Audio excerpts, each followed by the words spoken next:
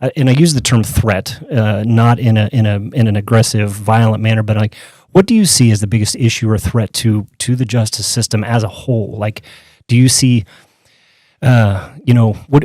I guess it's just that's the question. What do you see? Yeah. Well, I'll premise whatever I'm going to say with the admonition I was given early on when I took the bench was, all your jokes are going to be funnier now that you're wearing the robe. Sure.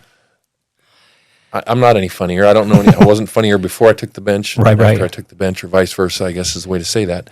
And I don't know that I have any particular insight. I think anybody who watches our culture, watches what's going on, has their opinions about those things. Yeah. The single biggest threat is the fact that over time, when you look at surveys of public respect for the judiciary, sure, and really for most every elected 100% position, for every government position, it's gone down.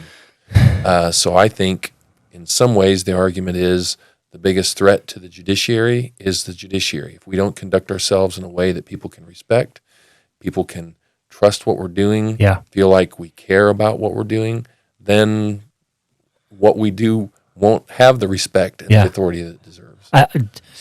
You could take the judiciary out of that and add law enforcement into it. It's the exact same thing. I think that we are our own worst enemy. We've made mistakes, and at times we haven't owned them or learned from them. And if that's who you want to be, then that's who you're going to be.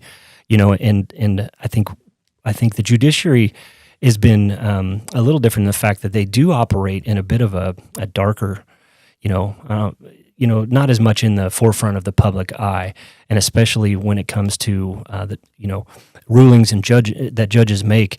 A judge may make 1,000 rulings in a year, but only 2 of them are going to hit the newspaper, and it's going to be, as you said, whatever the media decides is worthy of their time and attention.